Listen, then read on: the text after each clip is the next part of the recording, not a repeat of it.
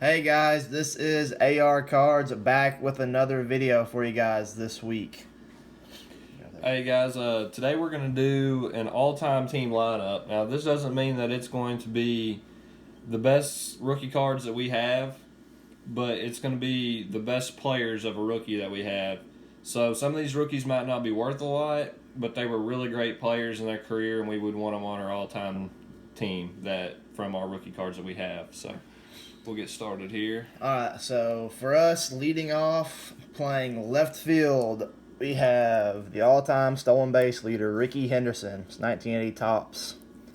So obviously you can't go wrong with Ricky at the top of your lineup if he gets on. It's an automatic triple almost, it seems like, probably. Let's say that's probably the best leadoff hitter of all time. So. Yeah, so pretty cool card to lead us off. In the 2-hole, playing center field, we have Mike Trout. It's a 2011 Topps update. So Trout, he's still playing in his career, but I already think he's one of the all-time greats. He's one of the true five-tool players to ever play. So Yeah, I agree. you got to have him on your all-time team. He'll be a no doubt first ballot Hall of Famer for sure. In the batting third, playing first base, we have Cardinal great Albert Pujols, his 2001 Bowman card. Now Pujols is probably the best right-handed hitter of all time, like just across the board. Yeah. So you got to have him. If you look at his first 10 years when he was with the Cardinals, his numbers are just absolutely insane. Like I don't know what the averages were, but I mean, I'm pretty sure he averaged like over a 310 batting average with like 35 home runs and 120 RBIs or something crazy like that. But he was just. I'll say he's called the machine for a reason. Yeah. You got to have him in the middle of your order. Then you got Trout and Ricky and Yeah. hitting in front of him. So batting fourth in the cleanup, playing right field, we have Ken Griffey Jr. So another Hall of Famer you really cannot go wrong with. Sorry about that. But yeah, in right field we have Ken Griffey Jr. His 1989 Fleer rookie card. So yeah, probably the sweetest swing in baseball. So Yeah, you gotta have him on there somewhere. he did have a beautiful one. So solid 4-hole. So batting fifth, we have our DH. It's 48 Bowman Stan Musial. It's another Cardinal great. Now, he's one of the most underrated players in baseball history, and he's a top 10 player. So, Yeah, I mean he's probably the best Cardinal of all time, or one of the top. It's either got to be him or Pujols. Yeah, so there's pretty not much debate there, but Yeah, so I mean, can't go wrong with them. you can't go wrong with Musial. Solid 5-spot hitter.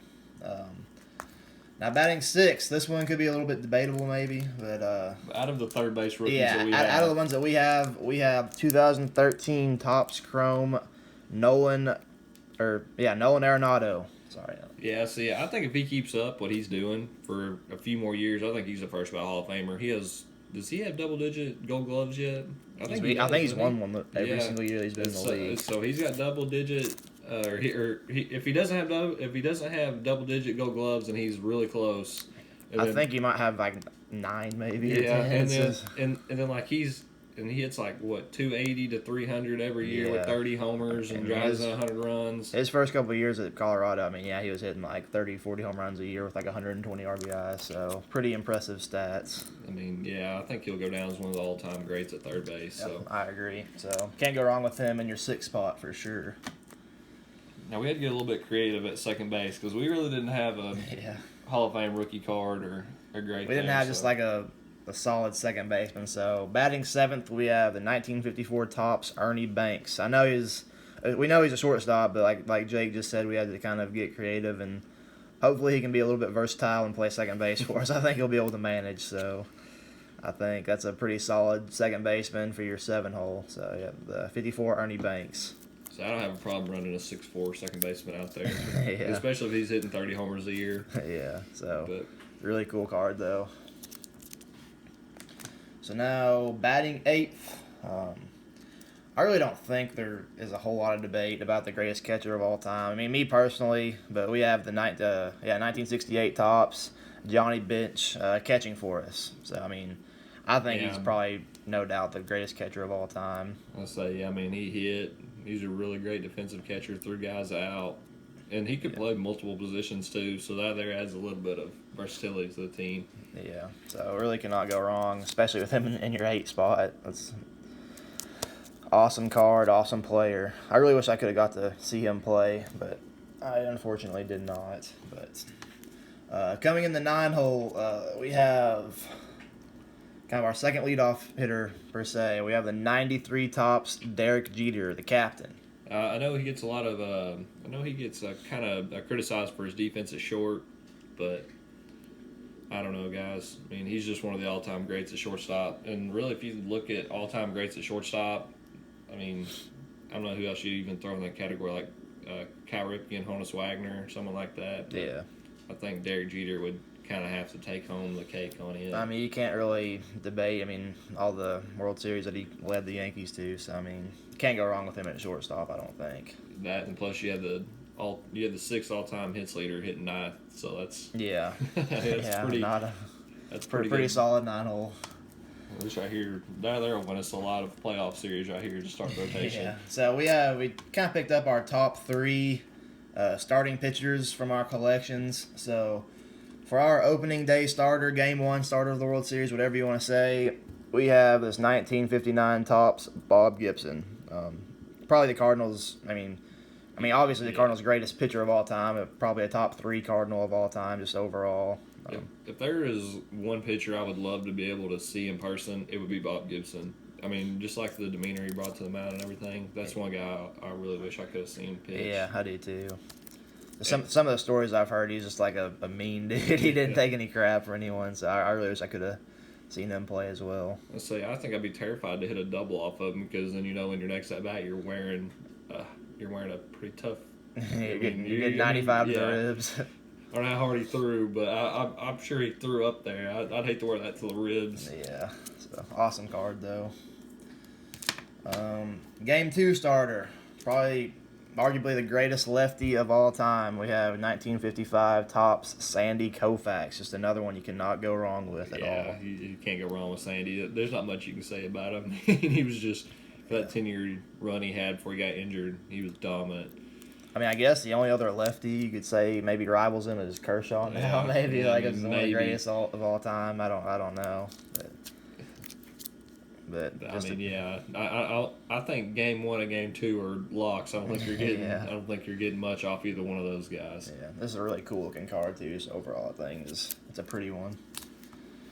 And speaking of the other greatest lefty of all time, maybe, or one of the top ones, we have a 2008 Gaudy Clayton Kershaw. It's a PSA 10 also, so that's an awesome looking card. I know he gets criticized for his postseason performances, but man, if you look at his regular season numbers, I mean, he had a stretch there where he was like under a 2 ERA with 20 wins a year. Yeah, I mean he had some pretty insane stats there for a little while, no doubt.